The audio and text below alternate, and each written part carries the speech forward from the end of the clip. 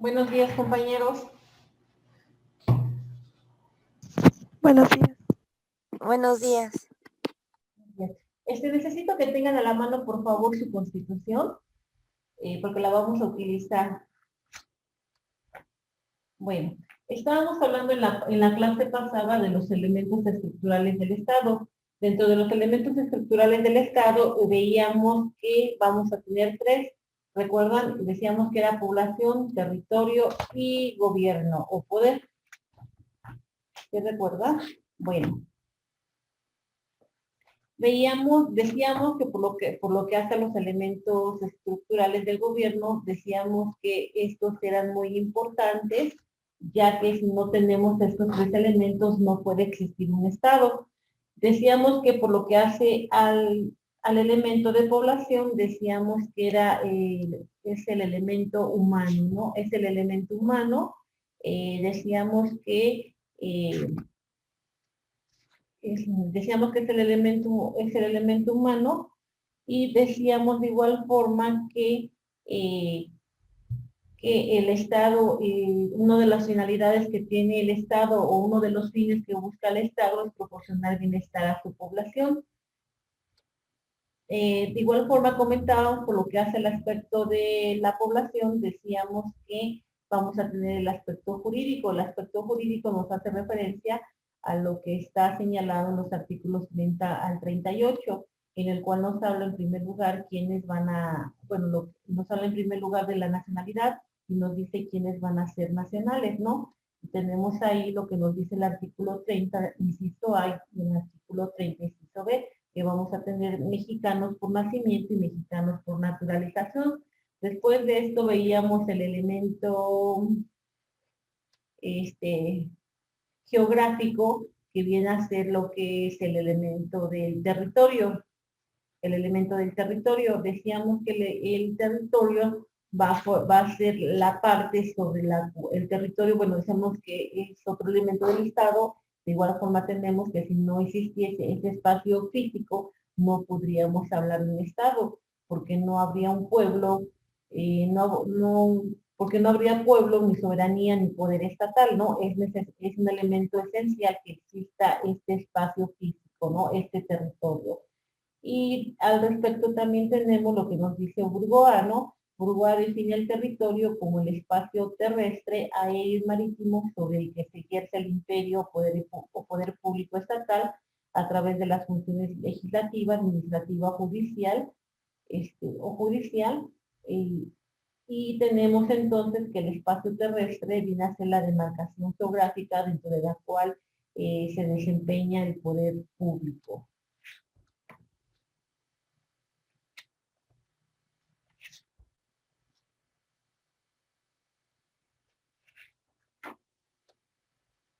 Bueno, de igual forma, por lo que hace al territorio, tenemos que el territorio de nuestro país se va a estructurar de la siguiente forma, ¿no? De una superficie continental, de una superficie insular, de una superficie marítima. Decíamos que por lo que hace al territorio íbamos a encontrar su fundamento en lo que nos dice el artículo 27 de la Constitución.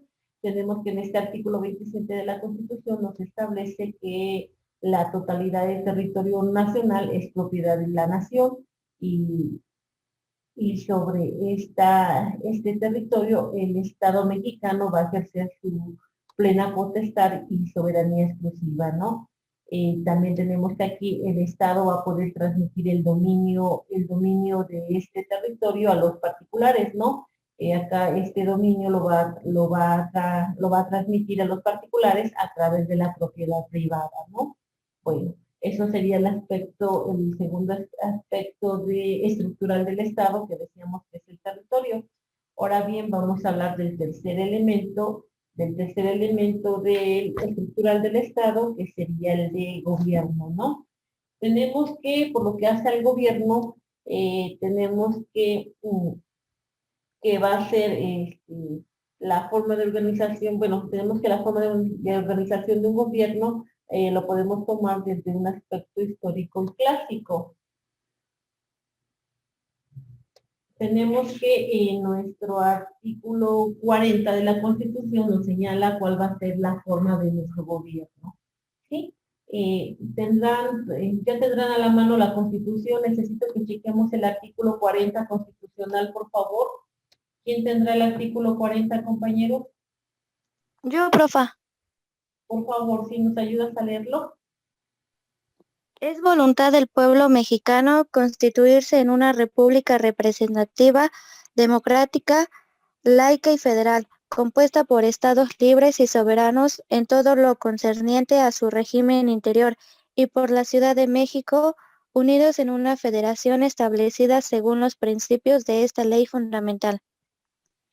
Ok, muchísimas gracias, compañera. Bueno, entonces tenemos que aquí, por lo que hace el artículo 40 constitucional, nos señala varios términos, ¿no? Tenemos entonces que es una república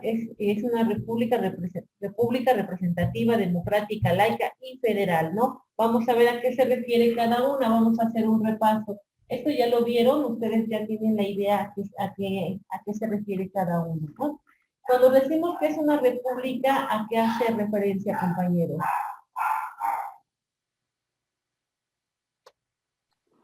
A que el peso de la ley no cae en solo una persona, sino en tres poderes. Ok. Gracias, compañera. ¿Alguien más, compañero?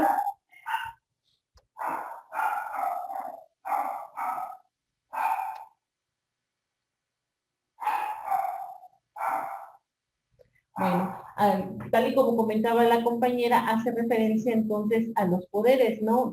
Tenemos entonces que acá, por lo que hace a que somos una república, bueno, viene del latín de la cosa pública, ¿no? Lo relacionado a los asuntos comunes.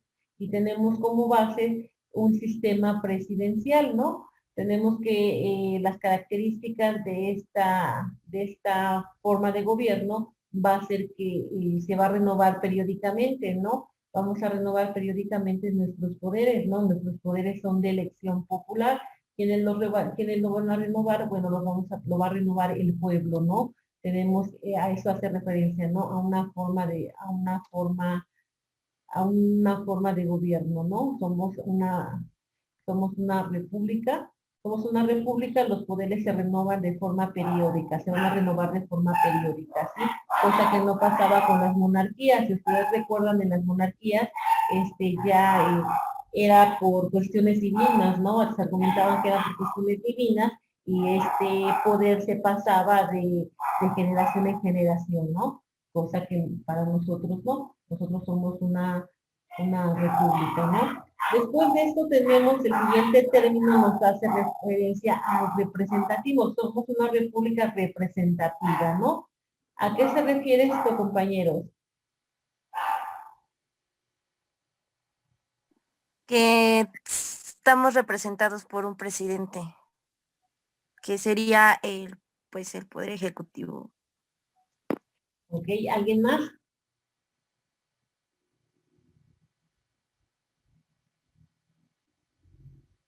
Ok, bueno. Tal y como nos hacía mencionar compañera, ¿no? Acá también podríamos decir que tiene relación este término de representativo con la democracia, ¿no? La democracia tenemos que acá va a ser el gobierno de muchos o de la mayoría, ¿no? Pero como, bueno, tenemos bueno, decíamos, ¿no? La democracia es el gobierno de muchos o de la mayoría, pero como es de la mayoría, no todos podemos gobernar, ¿verdad? De ahí entonces tenemos que el pueblo va a elegir a quienes lo van a representar en la toma de decisiones de los asuntos públicos, ¿no? Tenemos que acá entonces, nos van a representar, ¿no? ¿Quiénes nos van a representar? Bueno, tenemos aquí, por ejemplo, vamos a tener lo que es el poder legislativo, ¿no? El poder legislativo, y igual como el poder ejecutivo, ¿no? A nivel Estado, quien representa al Estado mexicano, vamos a tener que ser el poder ejecutivo, ¿no? Pero si nosotros nos abocamos a lo que quiere decir el poder legislativo, recordemos que de igual forma, tanto el poder ejecutivo como el poder legislativo, nosotros los elegimos, nosotros escogemos a nuestros representantes, ¿no? De ahí la importancia de que nosotros hagamos uso de nuestro derecho al voto, ya que nosotros vamos a escoger a nuestros representantes, ¿no? Si nosotros recordamos, tenemos que los diputados y los senadores son los que nos representan, ¿no? Cuando hablamos de los diputados, son los que representan al pueblo, ¿no? Y los senadores son los que representan a cada entidad federativa, ¿no? ¿Sí? Bueno, entonces a eso hace referencia lo que es el término representativo, ¿no? Somos una república representativa. Vámonos con el término democrático. ¿Qué significa democrático, compañero? ¿En qué se basa la democracia? Ahorita que vienen las votaciones va a estar muy de moda este término, ¿no? La democracia. ¿En qué consiste la democracia, compañeros?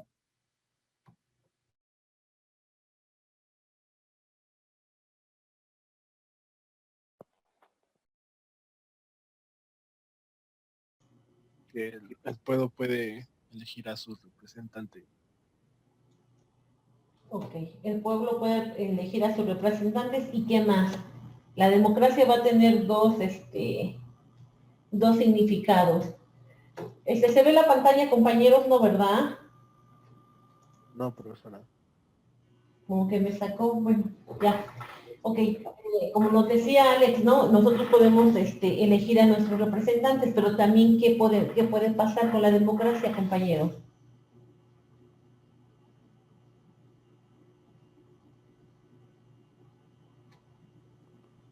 Se supone que la democracia es como un sistema político que ayuda pues a que el pueblo sea soberano y libre, que es lo que es aquí en la República Mexicana, para poder elegir a nuestros representantes, como lo mencionaba el compañero.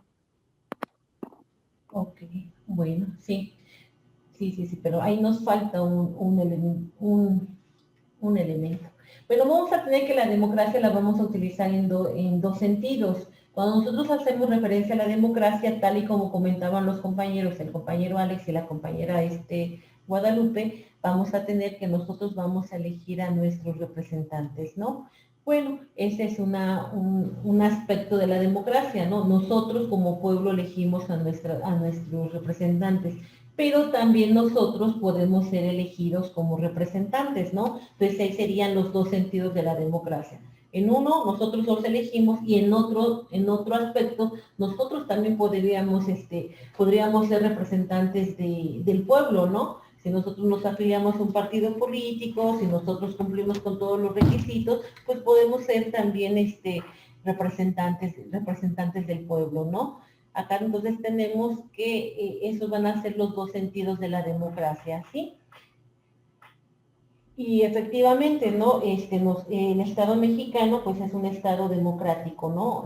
Ya está establecido en la Constitución, nosotros somos los que vamos a elegir a nuestros representantes, ¿no? El que la gente vaya o no vaya a votar o no vaya a votar, no vaya a ejercer este derecho del voto, no vaya a ejercer este derecho de poder escoger a sus representantes, bueno, eso ya es cuestión de cada uno, ¿no? Pero en la ley ya está consagrado que nosotros vamos a elegir a nuestros representantes, ¿no? También recordemos, ¿no? Que la palabra democracia, pues bueno, va a venir del griego demos, pueblo, y kratos, poder, ¿no? Poder del pueblo, ¿no? Es una forma de gobierno que presupone que es el gobierno de muchos, de la mayoría o del pueblo, ¿no?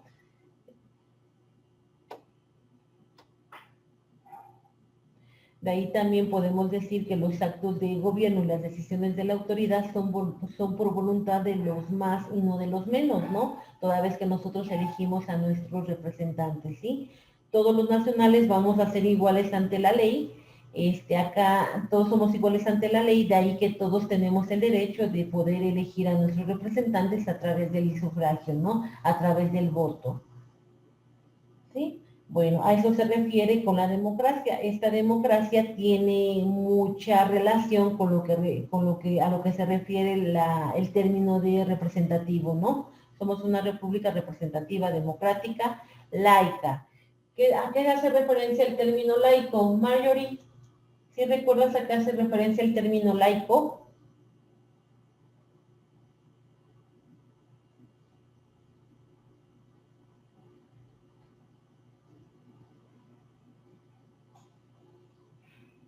Las escuelas son laicas. ¿Por qué, compañeros? ¿A qué hace referencia?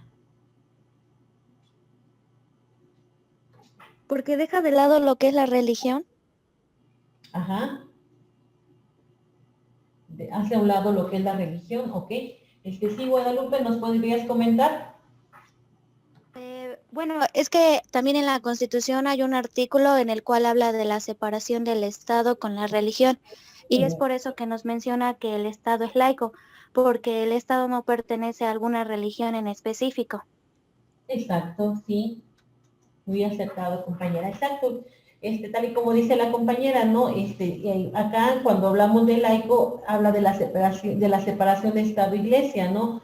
Tenemos que aquí el Estado, bueno, en el Estado no hay ninguna religión oficial, ¿no? Bueno, en constituciones pasadas de acá del Estado mexicano tenemos que sí se estableció, en alguna ocasión se estableció que la religión oficial era la religión católica, ¿no? Pero posteriormente cuando pasa esto de la separación de iglesia-estado, tenemos que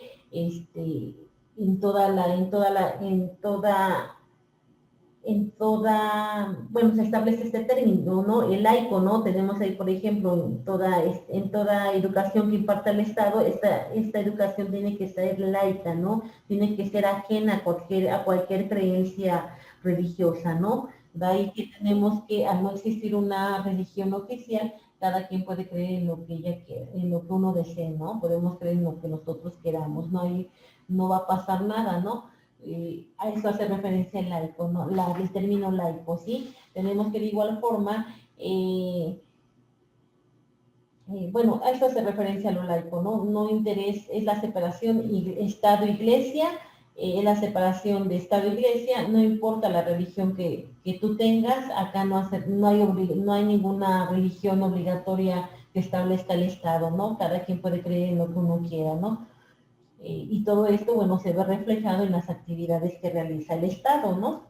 Después de esto tenemos que somos una república representativa, democrática, laica y federal. ¿A qué hace referencia el término federal, compañeros? Guadalupe, ¿nos quieres comentar algo?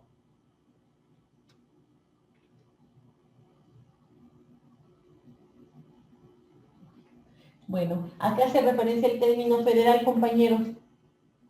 Pues a que, es que no podía prender mi micrófono, pues Perdón. hace que pues que estamos constituidos por diferentes estados, que esos forman una federación, una entidad federal. No sé si me doy a explicar. Sí, compañera. Sí. O sea, somos una agrupación, creo, de 36 estados, que, que eso nos hace como, es que no sé, o sea, una república federal, no sé si me explico. Ajá, pero no somos 36 estados, compañera, ¿eh? ¿Cuántos somos? Compañera, eso es de primaria. Somos 31 entidades federativas y la Ciudad de México, ¿no? Ajá, Menos bueno, prácticamente que somos 32, ¿no? ajá. Ok. ¿Alguien más, compañeros? Alex, Michelle, ¿qué más le podríamos agregar? Ya nos ayudó la compañera Guadalupe. ¿Qué le podríamos agregar?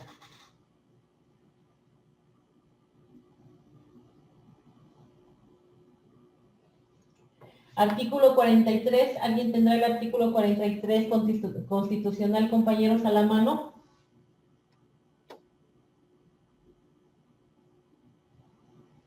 Yo, profa. ¿Vas a leerlo?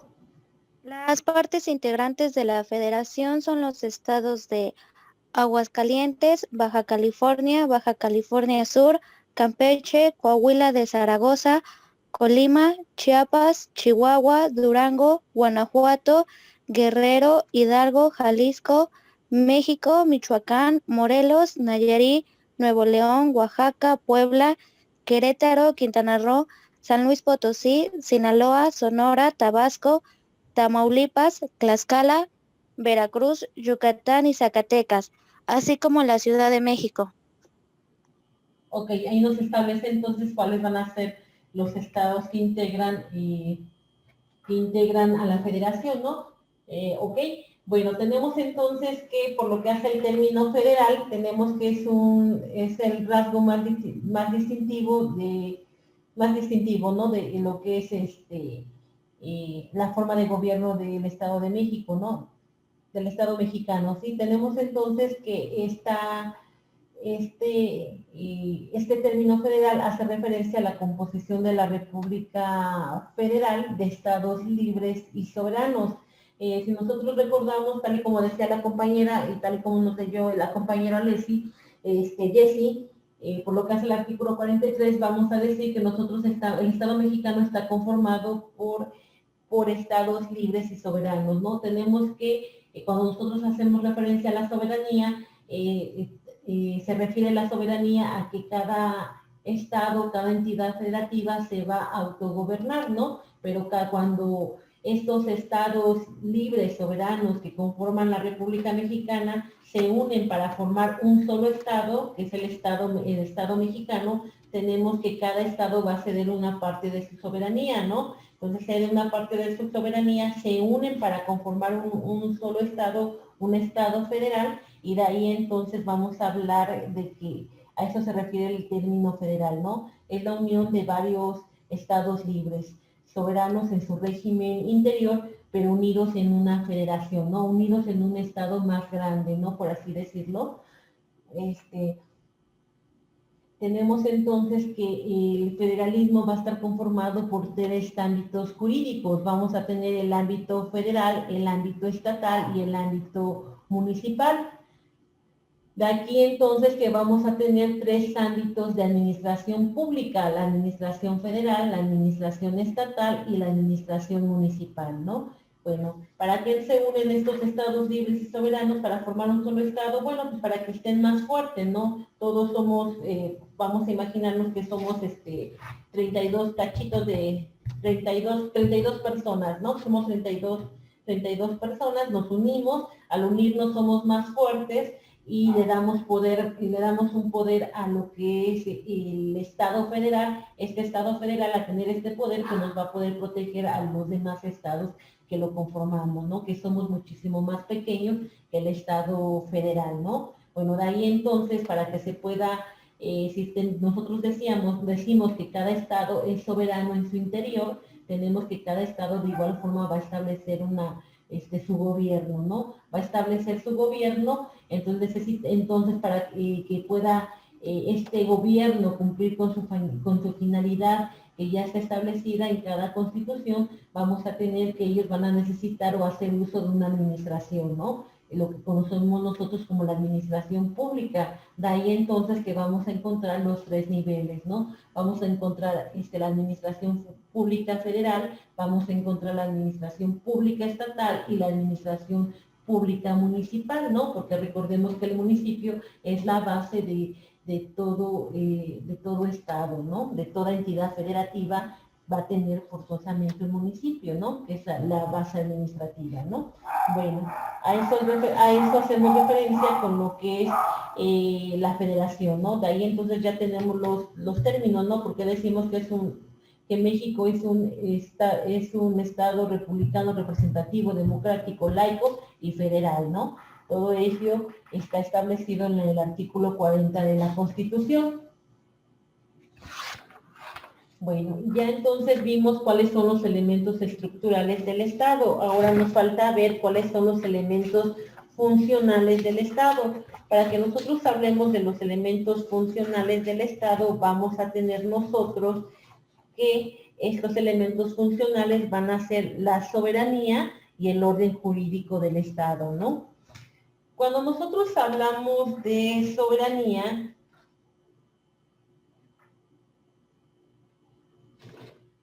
denme un minuto. Okay. Cuando nosotros hablamos de soberanía, nos vamos al estado en sí, ¿no? Tenemos nosotros que la soberanía, vamos a tener nosotros que vamos a encontrar dos características de la soberanía estatal. Estas dos características van a ser las siguientes. Primero va a ser la independencia o la autodeterminación. ¿A qué se refiere esto? Bueno, vamos a tener que no hay poder estatal externo que le vulnere o interfiera a su poder mismo. Es decir, nosotros como Estado nos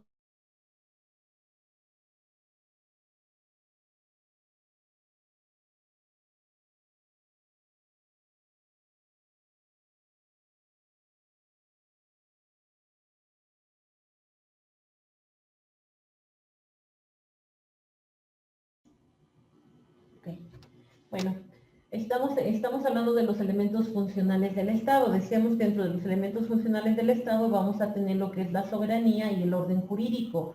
Por lo que hace a la soberanía, nosotros, bueno, ya sabemos, ¿no?, que soberanía hace referencia a la autodeterminación, ¿no? Cada Estado se va a autodeterminar, ¿no? Cada Estado va a establecer cuáles van a ser sus normas, cuál va a ser su forma de gobierno. Tenemos que aquí, por lo que hace a las características de la soberanía estatal, vamos a encontrar que van a ser dos. La primera hace referencia a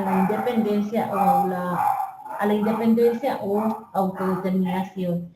Acá se refiere a que no va a haber otro poder estatal externo que vulnere o interfiera a su poder mismo, es decir, nosotros nos vamos a autogobernar, nosotros vamos a establecer nuestras normas, nuestro derecho. No puede un Estado exterior venir a establecer nuestras normas, ¿no? Eso no está permitido, ¿no? De ahí que es tan importante que cada estado proteja su soberanía, ¿no? Después tenemos la segunda característica, tenemos que hacer referencia al ser supremo o supremacía. Tenemos que esto quiere decir que es la máxima autoridad que tiene la nación y es la que el Estado ejerce dentro de su soberanía. Volvemos a regresar al mismo punto, ¿no? Nosotros somos los únicos que nos vamos a poder gobernar, a poder establecer nuestras normas, ¿no? Acá también cuando hablamos de soberanía, podemos hablar de dos tipos de soberanía, ¿no? La soberanía interna y la soberanía externa, ¿no? La soberanía interna, pues regresamos al mismo punto, la autodeterminación, ¿no? Solamente el Estado mexicano es el que va a poder gobernarse, ¿no? Solamente, no puede venir otro estado e imponernos sus normas, ¿no? No, eso no puede pasar, porque entonces ya habría una violación a la soberanía del Estado mexicano, ¿no? Y cuando hacemos referencia a la soberanía externa, hacemos referencia al poder que tiene el Estado, pero a nivel internacional, ¿no? Cuando el Estado a nivel internacional, bueno, establece convenios, ¿no? Establece convenios, acuerdos, ¿no? Cuando establece, bueno, acá estaría lo que son los tratados internacionales, ¿no? En los tratados internacionales y tenemos que cuando todos estos estados se convocan para llegar a un acuerdo, establecer algún acuerdo, tenemos que todos los estados van a estar en el mismo nivel, ¿no? Todos van a tener los mismos derechos, sus opiniones van a contar en el mismo aspecto, ¿no? Ahí no va a hacer referencia a qué estado tiene mayor poder adquisitivo, ¿no? ¿Qué estado es más poderoso económicamente, ¿no? Cuando el Estado mexicano celebra algún acuerdo, cuando va cuando celebra algún convenio, cuando va a alguna convención de estados, tenemos que ahí él va a tener el mismo nivel que cualquier estado, ¿no? A eso hace referencia a la soberanía externa, ¿sí? Bueno, tenemos por lo que hace el artículo 39, el artículo 39 nos establece que, bueno, hace referencia a lo que es la soberanía y establece que la soberanía nacional reside esencial y originalmente en el pueblo. Acá tenemos que esta premisa hace referencia con lo que es hace referencia a lo que son los términos de pueblo, nación o voluntad general, ¿no? tenemos que acá, y de igual forma, tiene relación con lo que es la democracia, ¿no? Tenemos que, en el ejercicio de la soberanía, el pueblo va a ser el que va a elegir a sus representantes, ¿no? A sus representantes, es el pueblo el que va a elegir, ¿no? Regresábamos al mismo punto que comentábamos hace un rato, ¿no? No pasa como en los estados absolutistas o en los estados monárquicos, ¿no? En donde tienen la premisa eh, de que ellos son los soberanos o son los reyes por poder divino, ¿no? Y que este poder, al habérselo proporcionado Dios, solamente le pertenece a esa familia y de ahí que se va dando de generación en generación, ¿no? En nuestro país no es así, ¿no? Somos un país soberano y tenemos que la soberanía nacional reside esencialmente y originalmente en el pueblo, ¿no? Y es el pueblo el que elige a sus representantes, ¿no?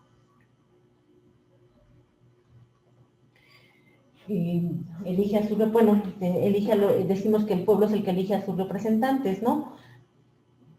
De aquí tenemos que en el ejercicio de la soberanía no la puede realizar el pueblo por sí solo, ¿no? De ahí que necesitamos que haya una representación del pueblo, ¿no? Esta representación del pueblo también la podemos traducir en un poder constituyente. ¿Recuerdan en qué consiste el poder constituyente y los poderes constituidos, compañeros?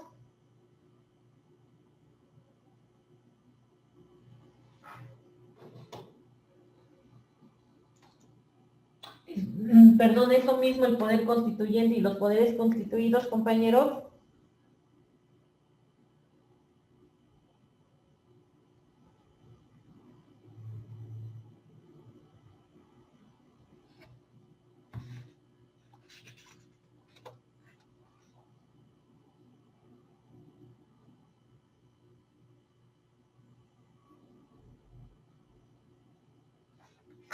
¿No recuerdan, compañeros? ¿Nadie? Jessy, ¿no recuerdas? Claudia. Profa, no sé si estoy bien, pero creo que es la que se encarga del orden. Ajá. ¿Qué más? ¿Qué más? Te falta ahí un poquito nada más. ¿Qué más?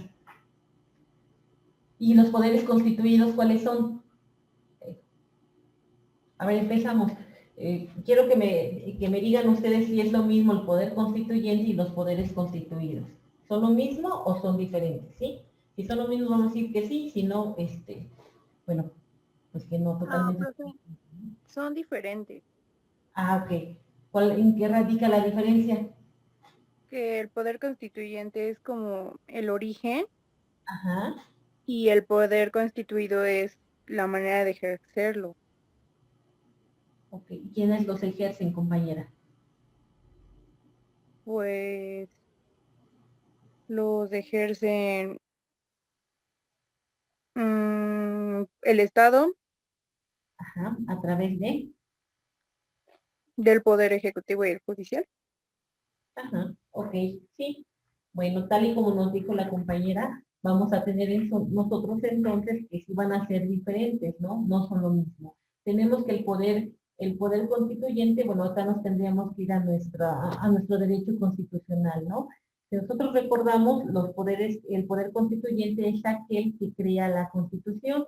La función del poder constituyente, ¿cuál es? Crear la Constitución, ¿no? Una vez que el poder constituyente crea la Constitución, este poder constituyente va a desaparecer y entonces ya van a entrar a funcionar los poderes constituidos, ¿no? ¿Cuáles son los poderes constituidos? El poder ejecutivo, el poder legislativo y el poder judicial, ¿no? Esa es la función. De aquí podríamos decir que el poder constituyente fue el Congreso de 1916, ¿no? A través del cual crean la Constitución de 1917, ¿sí? Ese es el poder constituido. Una vez que el poder constituido una vez que el poder constituyente cumple su función de crear la Constitución, de establecer la organización del Estado mexicano, ¿no? Una vez que ya él cumple su función, cumple su cometido, él desaparece, ¿no? Dando ya entonces lugar a los poderes constituidos, que van a ser los poderes que van a poner en práctica, ya en práctica, lo que ya está establecido en nuestra Constitución, ¿no? Bueno, esa sería la diferencia. Entonces, pues decíamos que de ahí también tiene referencia a lo que es la soberanía, ¿no? La soberanía, como ya dijimos, la soberanía nacional reside esencialmente y originalmente en el pueblo, ¿no? El pueblo es el que la va a ejercer, ¿no? Pero como, bueno, si estamos hablando que es el pueblo por sí solo no la podría ejercer, ¿no? No podría hacer uso de ese ejercicio de la soberanía. De ahí entonces se forma una representatividad del pueblo que va a ser un poder constituyente, el cual va a estar encargado de fundar y organizar el Estado en un sentido jurídico, ¿no? Una vez que ya sienta las bases, él desaparece y entran en función los poderes constituidos, ¿no? Legislativo, judicial y ejecutivo, ¿no? Acá tenemos también, Burgoa nos dice al respecto que él nos dice lo siguiente, ¿no? Que es la soberanía misma en cuanto que tiende a estructurar primaria y fundamentalmente al pueblo mediante la creación de una constitución en su sentido jurídico positivo. Es decir, como un conjunto de normas de derecho básicas y supremas, ¿no? Entonces regresamos al mismo punto. En eso consiste el poder constituyente. En eso consiste. De igual forma, el poder constituyente pues tiene que ver con lo que es el ejercicio de la soberanía, ¿sí? Bueno, después de esto, el siguiente elemento funcional va a ser el orden jurídico.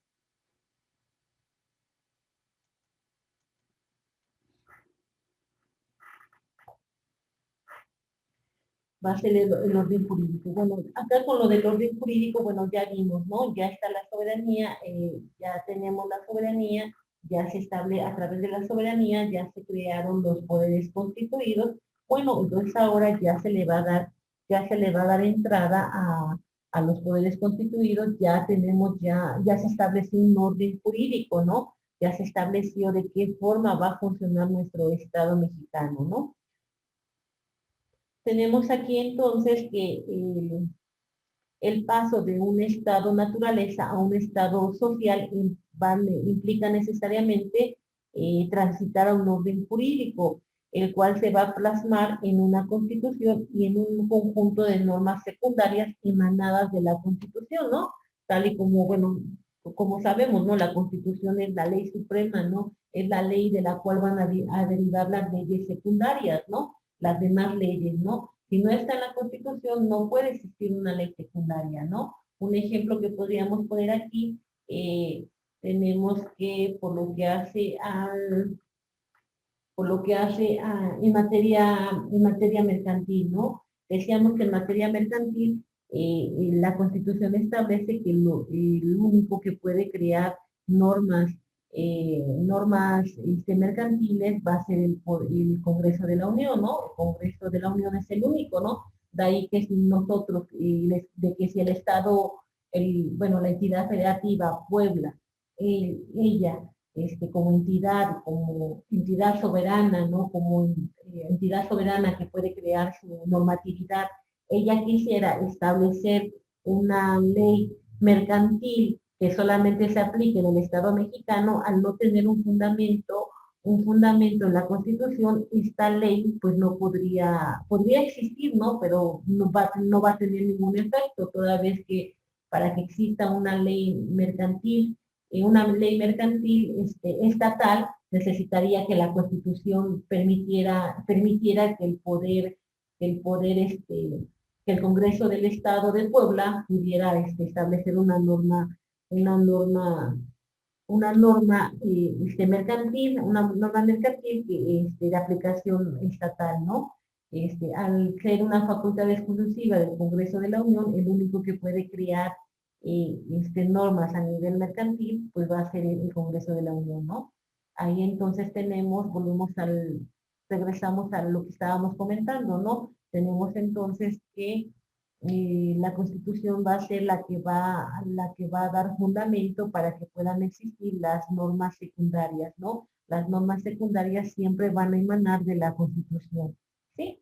Tienen que tener su fundamento, ¿no? Por ejemplo, el artículo 123, ¿no? El artículo 123 constitucional nos habla de los derechos de los trabajadores, ¿no? De ahí entonces que existe la ley federal del trabajo, ¿no? La cual se va a aplicar para cualquier tipo de trabajo, y también tenemos la ley federal, bueno, la ley de los trabajadores al servicio del Estado, ¿no? La ley de trabajo de los trabajadores al servicio del Estado, ¿no? Igual también tiene su fundamento en el artículo 123, párrafo B, ¿no? Bueno.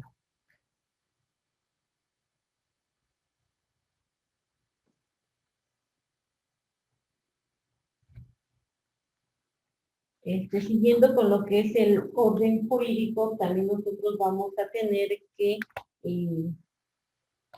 Burgoa nos dice, nos señala que la ley fundamental o la Constitución es el ordenamiento fundamental y supremo del Estado, que establece su forma y su forma de gobierno, crea las estructuras de sus órganos primarios, proclama los principios políticos y socioeconómicos sobre los que se basa la organización y teología estatal, y regula y controla adjetivamente lo que es el poder público del Estado en beneficio de los gobernados, ¿no?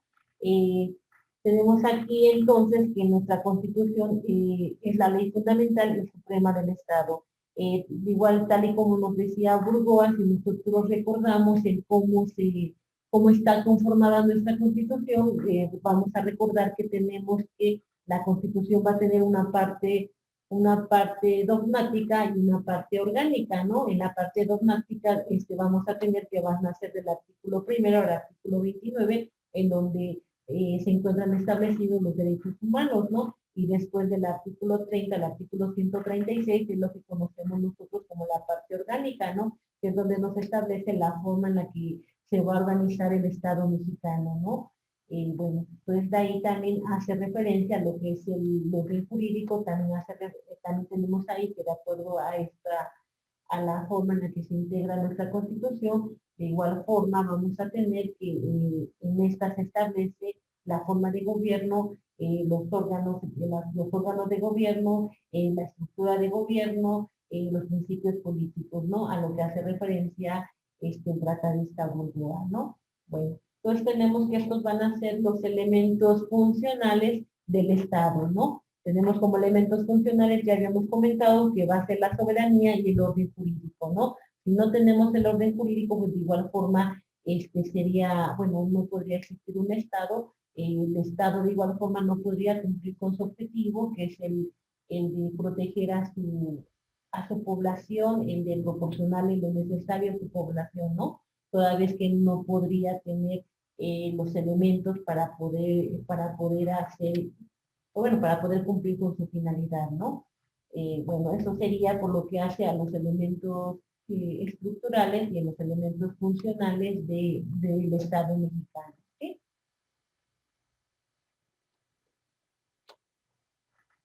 Bueno, entonces ya vimos a grandes rasgos cómo está conformado nuestro Estado mexicano, ¿no? Cómo está conformado, ya vimos cómo se conforma. Ahora vamos a ver cómo ha ido evolucionando la administración pública en México.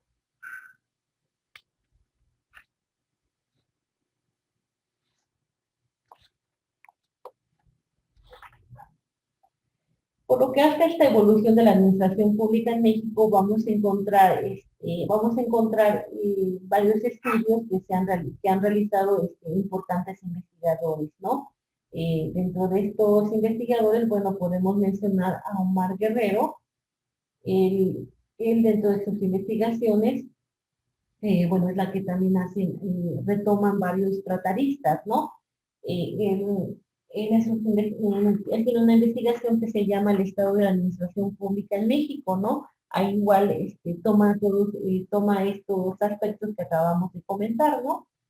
Tenemos, bueno, para eso nosotros vamos a hacer referencia a lo que nos ha señalado Omar Guerrero, Alejandro Carrillo Castro, Romero Flores Caballero, etcétera, ¿sí? De acá vamos a iniciar nosotros con lo que es la evolución de la administración pública en México. Damos inicio con lo que es la independencia, ¿no?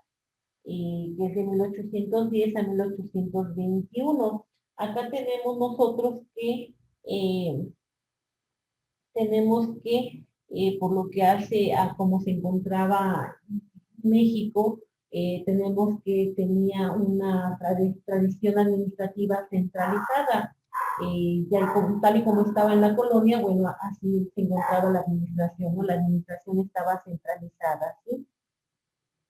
Acá entonces podemos nosotros mencionar que en este periodo, al inicio de la independencia, tenemos que la organización jurídica administrativa era de un estado monárquico. Este estado monárquico, el poder recaía en un virrey, el virrey que en ese momento se encontrara en turno, ¿no? Después nos vamos a ir al periodo de 1821-1836. Acá vamos a hablar de las funciones del Estado básico o bien del Estado policía. A esta etapa se le conoce como el Estado mínimo o básico. Acá tenemos que la estructura administrativa era muy sencilla. Acá tenemos, por ejemplo, que cuando México inicia su vida ya independiente, vamos a encontrar vamos a encontrar solo 4 dependencias, ¿no? Estas dependencias eran denominadas Secretarías de Estado y de Despacho. Estas dependencias eran conocidas como la Dependencia de Relaciones Exteriores Exteriores e Interiores, la dependencia de Guerra y de Marina, la de Hacienda y Justicia y la de Negocios Eclesiásticos.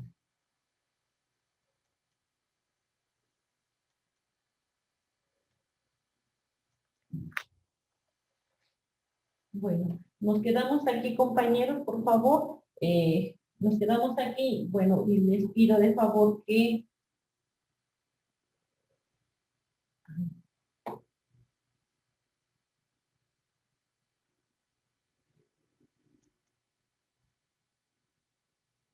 nos quedamos aquí, por favor, ¿sí? Nos quedamos entonces en la evolución de nos quedamos en la evolución de la administración pública en México, ¿sí? Nos quedamos en el periodo de 1836 a 1910. Perdón, Guadalupe, hiciste una pregunta, no la entiendo. Bueno, ¿qué? Estaba viendo en lo que es en el chat que tienes una pregunta. Ah, no, me equivoqué. Ok, bueno, entonces nos quedamos aquí, compañeros, creo que estamos todos, ¿verdad? Para pasar a asistencia. Entonces, nada más les pido, por favor, que lean el primer tema, retomen sus lecturas para que podamos avanzar. Y nos estamos escuchando en la siguiente clase. Muchas gracias, compañeros, que tengan bonito fin de semana. Hasta luego. Gracias igualmente. Hasta luego, profesora. Luego.